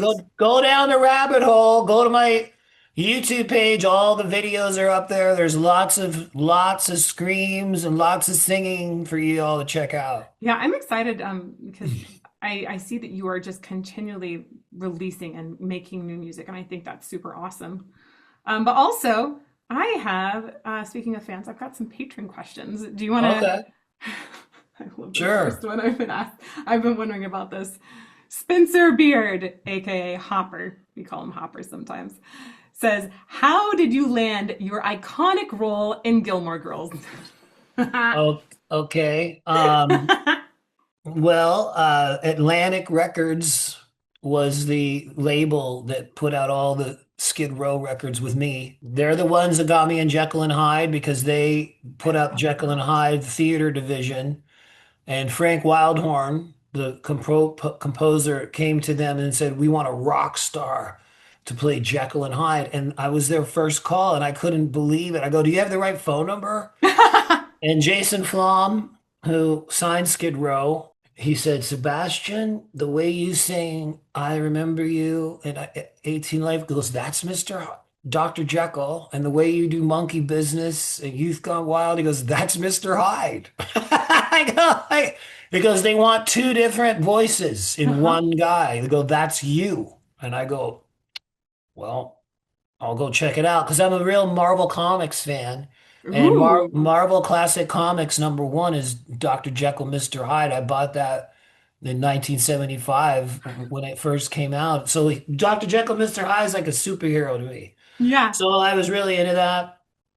And I watched Jack Wagner do it on Broadway, and I thought it was incredible. And so I did that. But then Gilmore Girls, Amy Sherman Palladino and her husband Dan Palladino, who write the show, they went to Atlantic Records and said, "We want a rock star on the Gilmore Girls." And they Oh go, my "Sebastian gosh. Bach." I go, "Cool." I guess I was the go-to guy for a couple years there. And so they called me on the phone. They couldn't believe that I was a Broadway actor.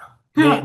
That impressed them big time. They Hmm. because obviously on TV you can try it until you get it right. Broadway you get True. one One shot, shot. one shot. Right. So It's like Hamilton. they were very impressed by that. So that got me in the door. Broadway got me onto Gilmore Girls. That's cool. That's very interesting. I'm also, well, I can't tell too much, but I've been approached by a couple TV things lately, and I'm kind of like, well, that's interesting because I do my stuff, like you mentioned. I do what I do with the charismatic voice. I do that in one shot. Like what it is, that's what it is. I want it to be real, authentic, boom. Mhm. Obviously, it's not as prepared as what you do on Broadway, but the idea that I can shoot something multiple times, I also find like, oh, that's nice. That feels a little less pressure. Yeah, but you're allowed to do that. Like when I hear like people go, "Oh, Kiss Alive," they overdubbed stuff in the studio. I go, that you're allowed to It's a do that. studio. Like that's Yeah. why there's a studio. That's like saying Right? Les Paul invented multi-tracking, but then he used multi-tracking. Like what are you talking about? Like you're allowed to use the studio. Like I don't understand. Kiss Alive's not really live. They overdub. I go, what are you talking about? Why do you think there's a recording studio? What is it for? It's to go record. Nicely Les said, sir. Paul, you invented multi-tracking. Don't use it. That's not allowed. Like what? Let's say That's amazing. Bono from U2. He's like, people give me shit for using echo and reverb on my guitar. He goes, but I like echo and reverb. I think it sounds good. I go, me too. I like to hear a scream that has a little delay and a little reverb at the end of it, and it kind of carries into the riff. I Uh-huh. love that. That's the Judas Priest sound 100%. Those aren't dry vocals. Like Yeah. nobody wants to hear a dry ass vocal. Like put Right? some cheese whiz on there. Put some cheese on that. Like give me some sweetener. Like you Oh know what my I, God. Put some cheese whiz on it. you know what I'm saying? Give me a I'm little gonna use cheese that. whiz. Give me a little cheese whiz on that. That's a technical term. I love it so much. I compare food to music all the time, so that's like the perfect thing. Oh my gosh, cheese whiz. We're that's coming back. Nice. All right, Josh McNatton wants to know what was the most unexpected source of singing coaching you ever received? Ever. Wow. Singing coaching. Hmm. Okay, here's how I'd answer that. I have always had this thing in me where I feel like I have to go on stage and kick ass, which I don't even know really what that means. But in Skid Row before a concert back in the 80s, we wouldn't be going out there trying to be perfect musicians. We would get in a circle and put our hands and go, and we go, let's go crazy up there. Like people weren't filming anything. We would be like, let's go nuts on stage. So here's your answer. Well, the vocal coaching is what I'm gonna say. There's a whole nother way to go on stage. And what I mean about that is that I've been in corporate bands with Robin Zander of Cheap Trick. and I'm very good friends with Jeff Keith, the lead singer of Tesla. Hmm. Now, what both of these vocalists show me is that there's a whole nother way of going on stage. There's not one part of Robin Zander that's up there to kick ass. There's nothing that he's up there in a white suit, dressed impeccably, not jumping around going crazy. When I watch Robin Zander, who's one of my favorite singers of all time, he goes up there the opposite of the way Skid Row went up there. He goes up there calm, cool, collected, and Jeff Keith of Tesla also doesn't go nuts. He doesn't go crazy. Like I'm kind of like Iggy Pop or something. I'm like I have all this manic energy, and when I sing with Robin Zander or when I sing with Jeff Keith, these guys are not up there to kick ass. They're not. They're up there to sing and be in control. There's a part of me that's out of control. I know that. I know this. I know this. That's part of my appeal, though. Coming to see my shows are like, I wonder what's going to happen. This might be a Who knows? crazy. This might be a crazy night, but so yeah, Hmm. coaching. I look at a guy like Robin Zander, and I look at a guy like Jeff Keith, and I say to myself, Sebastian, you're there to sing. You're not there to go mentally cuckoo. You're there to sing. That's why you're there. Like just Hmm. go sing. So I still go up there, with all my energy, but I have it in the back of my head, think of Robin Zander or Jeff Keith. They're not killing themselves, injuring themselves or other people. So as a coach, I would say without realizing it, both of those guys showed Huh. me there's a different way. It's like in the Who, the band The Who. I Yeah, can't remember yeah. what his name is, but like there's like Roger three guys. Daltrey. Well, Roger Daltrey, and then like a couple of the other guys. I think both your guitarist and your percussionist. They're all going crazy and they're destroying their instruments. And then there's a guy with the bass. It's like the big brother. It's like John Entwistle. Yeah.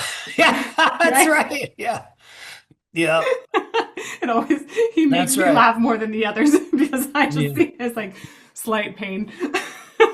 That's totally accurate what you're saying. Yeah. That's funny. And here's another thing. With every single person filming every second of every show, I have it in my brain, go up there, I go, don't move like around like so much Oh, because that affects your singing. It yeah, does. it If does. you're running back and forth, you might run Unless out you're of. Bruce Dickinson. Like, how? I've talked to him. How? I still feel like totally blown away. He runs and runs and runs, and it doesn't seem to affect his singing. Everybody else it affects. Yeah, but I mean, I mean, when you watch YouTube footage, it can be excruciating. Yeah. So I go up there and I go, just don't try to move so much. Like I even have signs like no head banging because I've hurt my neck over 40 years of head banging. I Man. can't do that figure eight Oh, like the headbang move windmill anymore. thing, right? That's Yeah. really bad. That's really bad for your neck. Ooh. I really would tell anyone don't overdo that because Yeah. when you get older, you're gonna feel it. And Wow. Wow. Good. so, Thank you but for I'm my not up note. there. I'm not up there to do a figure eight headbang. That's No. not why people are. They want to hear "I Remember You" and They want to hear you sing. that's right. That's right. Hmm. I like this question from Andrew Warwick. Uh, particularly fun. What was the experience like singing on The Masked Singer with that giant costume on? Can you please talk to us about costumes and singing? Well, that costume was very claustrophobic and very, very hot. It was hot. I was sweating like a mother trucker in there. It was really hot. But the thing about that show that I would say that it is about singing. It is. There's a live audience, and you rehearse your song a bunch of times, and then you go out in front of the whole live audience, and you're you better sing. And Another thing I can say that I really liked about the show is that they did their best to let me pick the songs I sang, which was great. Yeah. So I picked Elton John, Goodbye Yellow Brick Road. So some songs they couldn't clear. Like I really wanted to do Europe, the final countdown, because I could murder that song. And Mm. people love that song.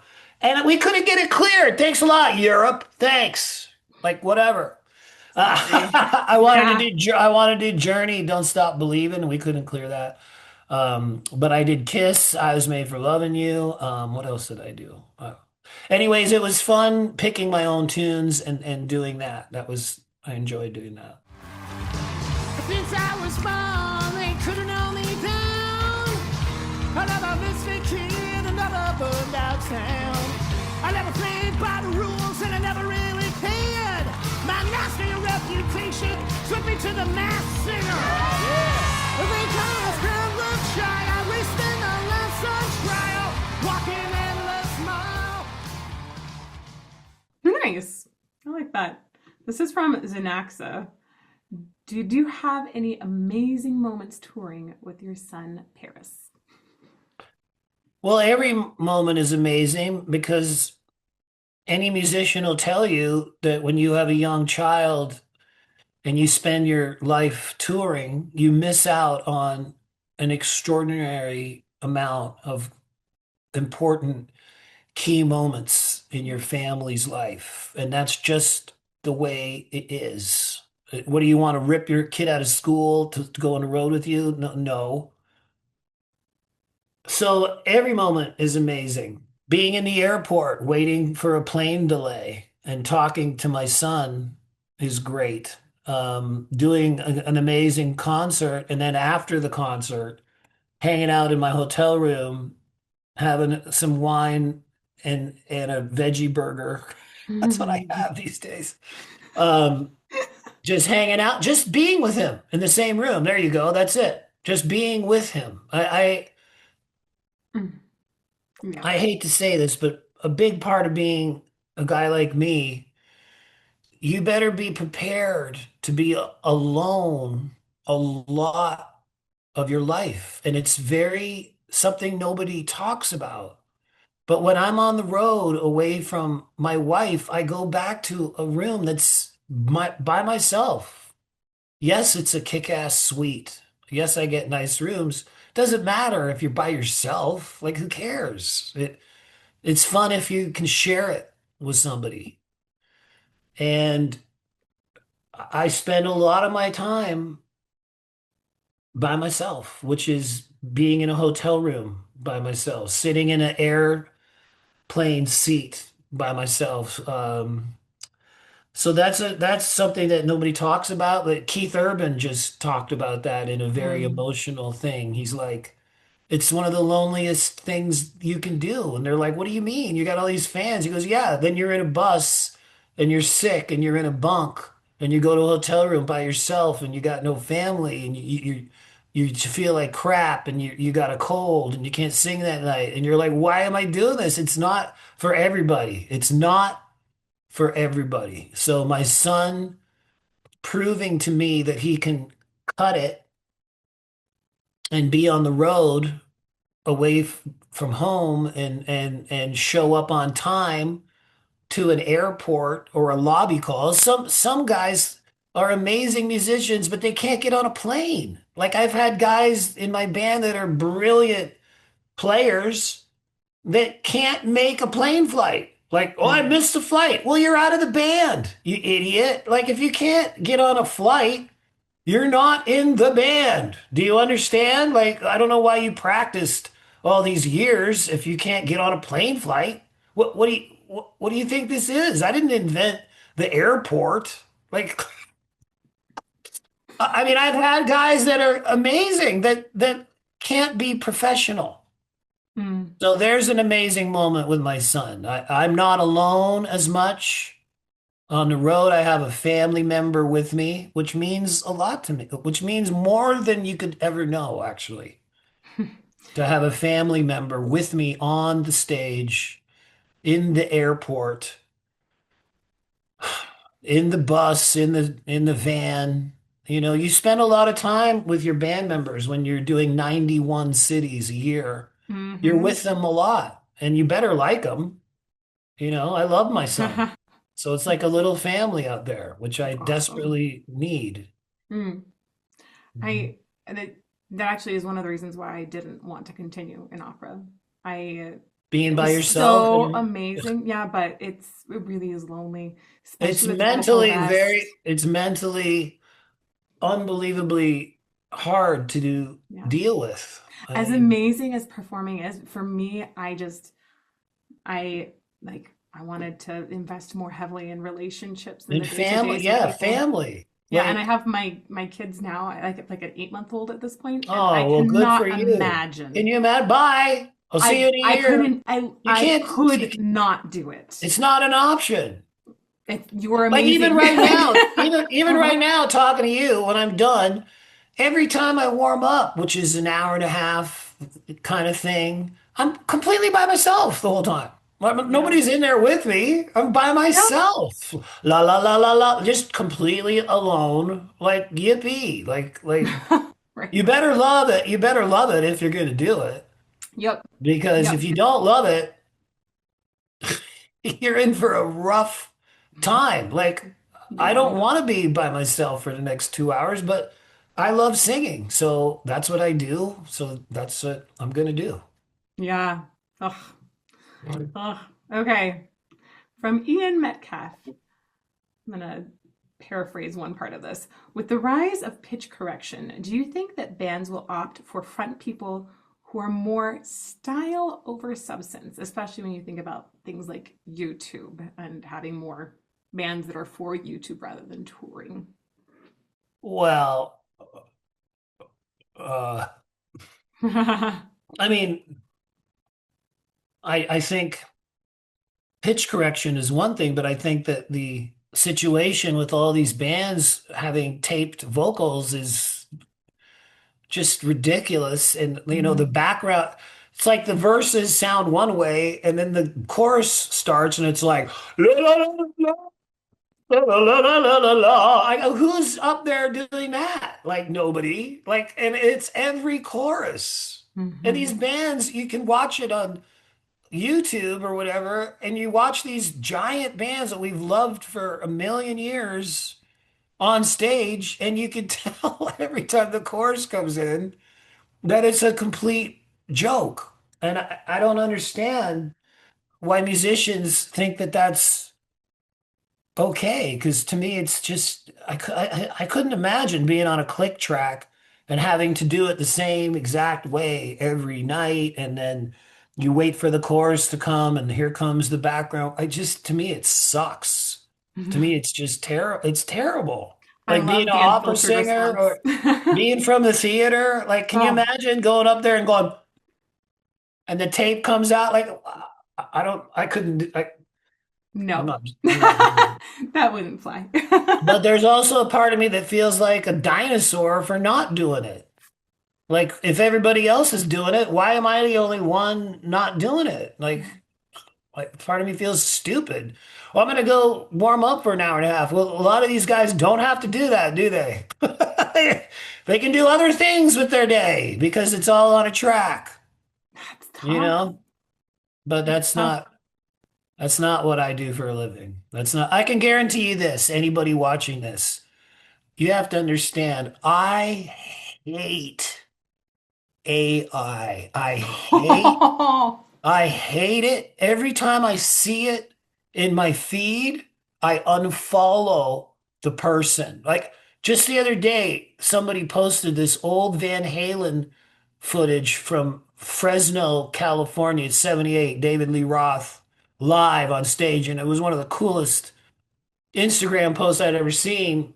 Old Van Halen. So I followed this person. The next post they did was David Lee Roth and Sammy Hagar with their arms around each other and it was AI, and I'm like, unfollow. I'm telling you right now, people, if you post stuff, here's Sebastian at the age of 19 morphing into the age of now.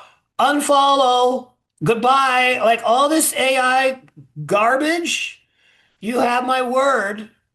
that you've known me for 40 years almost now, I will never use that in any way. It will always be just me and my band getting stuff together. I can't believe I have to say this, but I think I do. Like, the only way you could know if something's not AI is if you trust the person that's making the art. It's I'm super telling you right sad. now, I'm telling you, you'll never get that from me because number one, I hate it. Number two, I don't know how to use it and I have no interest in using it. So I will always give you real stupidity instead of artificial intelligence. Real stupidity. Check. Check. Amazing. I mean, just the word artificial, that should turn off most people. Artificial. It No should. thanks. How about real? Real. That's what Yeah, I'm real into. human. Thank you. Real Not human. into artificial anything, really. Mm. Okay, I've got one more question here from a patron, and then I have a burning question that I have after that. This is from Andre Munari, who says, I'm from Brazil, and I had some opportunities to see your great presentations down here. Our tiao, which I think means, Yeah, yeah. right, No. Sebastian in Portuguese. Yeah. Yes. Sometimes we have some extreme weather conditions, such as high temperatures, low or high humidity, that could affect the voice. Do you have any special preparations to perform in such a condition? Well, the days of the 80s wearing leather pants are pretty much over. Are you happy about that or are you a bit sad? Oh no. Yeah. Oh no. I'm sorry. The internet had a little blip there. Okay, so the days of the 80s in leather pants are pretty much over. Can you start back there? Yeah, you can't be wearing your black leather pants when it's 115 degrees on the stage. No, we used to wear like, really cool stuff like leather pants. I will go on a leather jacket. That hasn't happened in 20 years. I mean, it's too hot. There's been some gigs where I thought I might pass out on the stage, like in Ooh, Barcelona, really? Rockfest. Steve Miller last year made headlines because he had a tour scheduled and then he canceled the whole tour and he said the reason was because of the weather and everybody on social media is making fun of him. Oh yeah, it can't. Yeah, I guess he didn't sell any tickets. And I'm going, the dude is like in his 70s or his 80s. Do you think that it's possible to go out in a heat dome or whatever they have these days when it's 120? You think he can get up there and do that? No, he can't. Mhm. It very much well, if he looked at his schedule and all his shows were outside in the middle of August in the South, I 100% could see him saying, I can't do that. Like Yeah, 100%. that's a really It's good it's point. physically impossible. Do you ever schedule shows in Denver without at least having a day of adjustment to the altitude? Oh, well, the Mile High Stadium. I remember the first time I played there with Bon Jovi, and I was like, "What's going on?" And then they came out, and they go, "Sebastian, it's called Mile High Stadium." I go, "What do you mean?" They go, "It's mile high." They go, "The air's different." I go, "Oh, okay." I did an opera program in Aspen one summer. There's a Uh-huh. fantastic opera program up there. But I remember even scheduling like to fly in a couple days earlier because we would get Yeah. there and we'd do a big sing in and that would determine a lot of the concerts and things you got to do that summer. Oh my Mhm. gosh, even with a couple of days, like I had to take at Yeah, least twice as many breaths. It for sure. sucked. Yeah, we just got back. We did six sold out shows in Australia, and Really? I flew there a couple days early so I could get my sleep somewhat Oh yeah. acclimated. Like the circadian rhythms, like we were talking about. Your voice has to figure out what time of day it's singing. Yeah, sleep is a big deal when you're on the road. It's a Oh big deal. boy. Big deal anytime, says the Yeah, mother of yeah, the 8-month-old. that's right. Which you never get. So I'm just gonna cry a little bit over here, okay? Yeah. I have there is a quote. I have it on a page over here. Let's see. I want to get this quote exactly right. I think that we found this actually on the internet 2 days ago. I believe it was from 2 days ago. There's really no reason why the original Skid Row cannot reunite. Did you just say that? I've been saying that for 35 years. Well, there you go. Okay. Well, so would you want to do another tour with Skid Row? Well, the short answer is yes, because we're all still alive There you go. and we have millions of fans who would like to see it, and we're Yep. entertainers. So why And you not? still can sing every one of those songs.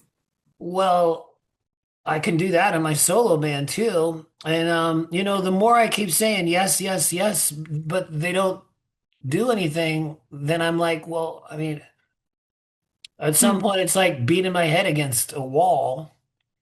Yeah, And plus my band is really it's good. doing really good.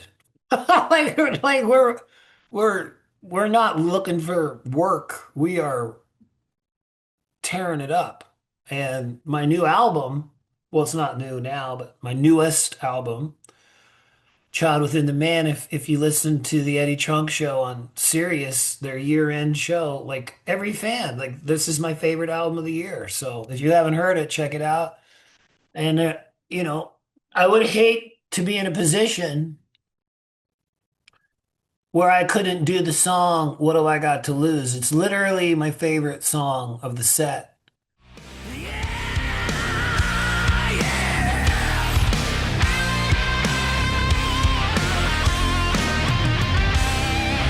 Rocking out in a Shangri-La, gotta hit you in the light of day. When the dogs ain't looking and the kitty come a crooking, once you wake up, it'll be too late. Oh no, here we go again. Oh no, it never ends. What have I got to lose? What have I got to save? Still there is no difference to me. It's all the same. What have I got to choose? What do I got to change? So far now I'm holding on. I'm holding on for Judgment Day. And that's a solo song. So maybe if I rejoined Skid Row, I would sing one of their songs they did without me, and they could do one of my songs that I did without them. That would be Yeah. interesting. I would be willing to think about that. But the biggest heartbreak would really, I don't know if you'd be able to bring Paris with you in that case, right? That's the thing that's like so amazing about this stage of life. Well, that's a good point. I'm not saying I'll never work with another drummer other than Paris because I have great friends like Bobby Jarzambek, who was my drummer before Paris, who now plays with George Strait, Hmm. which is unbelievable. And the drummer on Child Within the Man, Jeremy Colson, who I got from Steve Vai's band, Oh, nice. he's amazing too. But there's a John Lennon song that says, "Life is what happens to you while you're busy making other plans." Right. And that's what the situation is with Paris. I mean, he's my son. He's around all the time, and he wants nothing more than to play in a band with his dad. And so that's what's happening. It's tough to beat that, you know. Yeah. Yeah. Yeah. That is so sweet and so amazing. Yeah. Maybe you'll be singing opera with your little 8-month-old someday. Well, you know what? I definitely do a lot of singing with my There kids. you go. To put her to Yeah. sleep, right? Yeah. Him. And you know Him. what? Oh, I'm sorry. No, no worries. I got two boys. I'm a boy mom through and through. But I have a lot of plans to do some travel with them and some education with them. That's just, I think, gonna rock their world. So, Awesome. That's great. yeah, it's pretty awesome. Well, thank you so much for sharing not only just about vocal technique and also your personal life and history that's so incredible, but also thank you for continuing to put out awesome music, and thank you for continuing to do tours and performances live. I Mhm. mean, I don't feel like you've paused or reeled back in any way. You're just continuing to go and create. That's amazing. Well, God gave me this voice that I can depend on. People go, what inspires you to keep doing this? Well, not many people have a voice where you can book 91 shows confidently and say these shows are going to happen. Like it's very few musicians out there these days that have that work ethic, that we just the world has claimed me to play concerts for them. That's I don't know what to say. Like Mm. human beings on this earth have claimed me to be the guy at the caveman meeting beating the drum while they go around in a circle. I'm one of those guys and I'm coming to your town. This is what we're doing. And like you got to also remember like Child Within the Man, we made that during the pandemic. Mm. So we made that when we were not playing any shows and there's no part of my future that I'm not playing. So it's going to be, I'm going to have to say, hey, I can't make a record and do a show at the same time. Like I need to at some point, because I am starting to feel the itch to make a new album. I knew it. A I Christmas am. one? Well, I really need to do that. I'm not getting any younger, and I need to do the Christmas album. So that needs to happen. I mean, But I would love that. I also want to do another rock album soon. I got a great record label, Raining Phoenix Music, Oh, yeah. and Yep. they really support my music incredibly. And my producer, Elvis Basquet, is best in the business. And I got songwriters helping me like Miles Kennedy. I And love Miles well, too. he co-wrote What Do I Got to Lose, which is my best solo tune. Yeah. He's such a good person. Like, If you listen to that song, the melody and the riff and everything are so cool, and they're so Sebastian and Skid. I don't know how like he's amazing. That song was really like kind of like when I hear Glenn Fry talk about what's the Eagles song? Winslow, Arizona, got something on my mind. For them wanna hold me, well, they wanna stone me. One says she's a friend of mine. Take it easy. They wanna hold me, two that wanna stone me. One says she's a friend of mine. Take it easy, take it easy. Don't let the sound of your own wheels drive you crazy. Jackson Brown had a verse and a chorus of that, and he brought it to Glenn Fry, and then Glenn Fry finished the rest of the song. mm. That's pretty much what do I got to lose was. My Elvis gave me a tape. Miles Kennedy sent. He goes, "Would Sebastian be interested in any of my demos?" I go, "What? Of course I would. Like, what am I stupid?" So he sent a demo of that, and it was the verse and the chorus. It was only like 25 seconds long, and I go, I know for a fact this is going to be a killer song. So much in the same way that Jackson Brown brought Take It Easy to the Eagles, Miles Kennedy brought What Do I Got to Lose to me, That's and awesome. we finished the rest of it, wrote a B verse and other verses. But that song, if you haven't heard it, check it out. It's got everything that I like about rock and roll in it. I love that. Yay! Awesome. Well, okay. So to support you right now, our fans should buy your latest album. They should come see you live, Yeah. either in performances or on this tour, on the bus tour that you're about to go out on. Is there anything Mhm. else that we can really do? Well, I wrote a book for Ah, good Harper point. We haven't even Har- talked about that. Sorry. Harper Collins. It was a big best-selling book. I wrote every word myself. And I had no ghostwriter, no AI, no nothing like that. No chat GPT for me.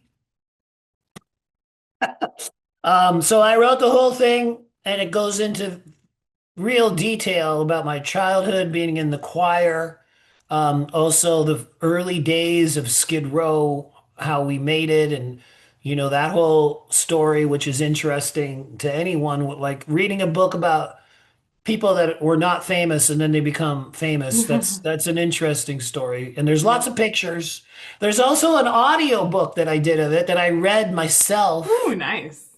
So if you want to hear my silly voice reading my own book, that exists as well. So if That's you're into the awesome. book, and check out some of the couple clips from Jekyll and Hyde that you can see on YouTube is the commercial for the Broadway Hmm. show, which is really cool. It's very short, but then the Broadway on Broadway performance that was captured. You can hear the key of the song, and it's a clip that's a live concert. It's live Broadway on Broadway. There's about 200,000 people in front of me. I'm not exaggerating. It's like the whole city of New York comes out to see that Broadway on So Broadway. cool. So check those out, and yeah, come see the show. We got special guest Stitched Up Heart, so it's going to be a fun tour, and we're coming everywhere. Here we go. And I know I'm going to be looking at it's the M3 performance, right? Yeah, that's a good one. That's a Yeah, good the one. Merriweather. I wrote that down. Watch me and Fede sing together. Nice. He's a great singer, and he looks good without his shirt on. I'll be looking at his breath support, okay? All right, yeah, check out his breath support. That's what you're looking at. Check. Oh, wow, look at this guy's breath support. Oh my Lord, he I has know. such defined breath support. Unbelievable. Uh, well, thank All right, you so much Elizabeth. for the time and for the voice too, because I know that that is something we budget really carefully. So thank you so much.